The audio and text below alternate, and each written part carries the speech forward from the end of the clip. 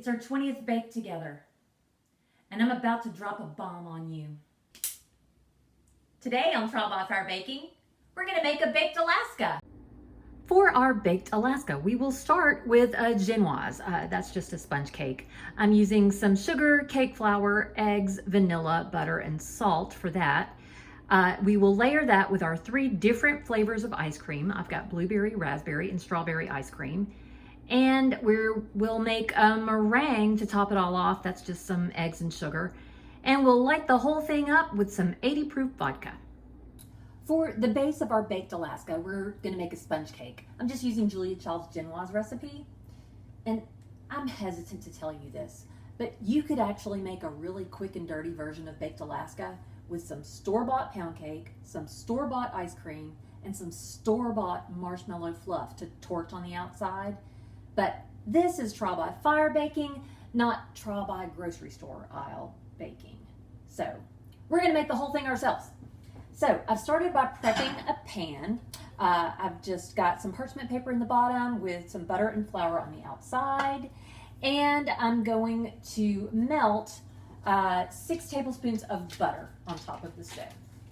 While the butter is melting, I've got half a cup of cake flour and 1/3 of a cup of cake flour. And I'm just gonna sift those together with a tablespoon of sugar and 1/4 tablespoon of salt. And I'm just doing this over some parchment paper, and then we'll sift it one more time once we get the batter going. Next up, I've got some water simmering on the stove, and I'm gonna add 3/4 of a cup of eggs to the bowl of my stand mixer. Depending on the size of your eggs, should be about 3 to 4 eggs. I used 4 eggs. To which I will add half a cup of sugar and about a teaspoon of vanilla. And we're gonna whisk this over the heat just until the eggs are warmed and start to thicken a little. This will take about 5 minutes. Once the eggs have warmed a little and they start to look a little frothy, I move them straight over to the mixer, and on high speed, we're gonna beat until they've tripled in volume.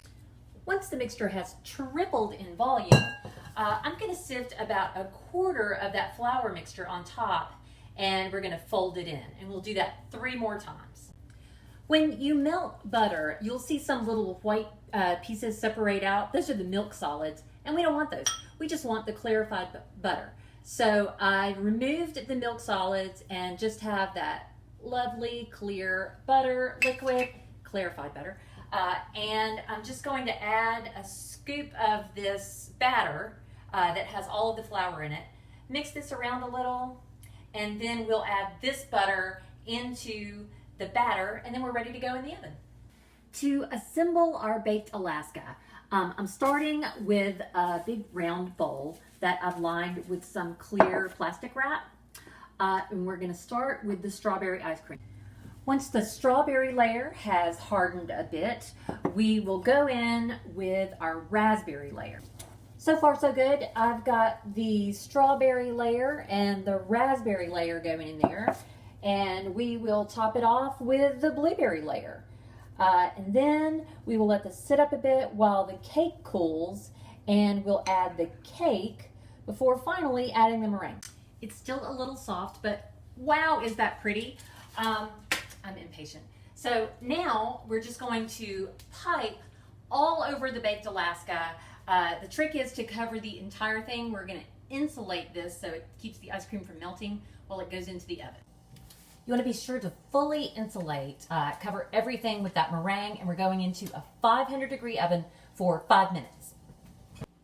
After 5 minutes in the oven, this is what we get, a beautiful baked Alaska. Now we're gonna light it up. It helps if you warm the alcohol a little before pouring it over the top.